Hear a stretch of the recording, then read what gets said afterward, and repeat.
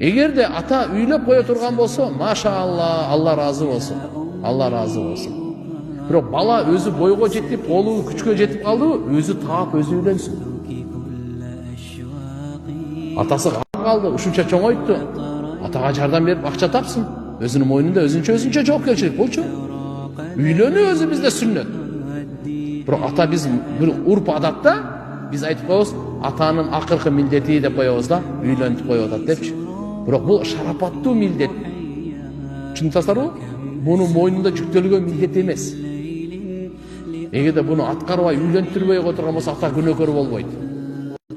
Эгерде кайсы ата эне же болсо атасы же энеси балага үйлөнгөнгө ошо каржыларын, расходторун көтөрө турган болсо, машалла, нур үстүнө нур, путунан өпсүн.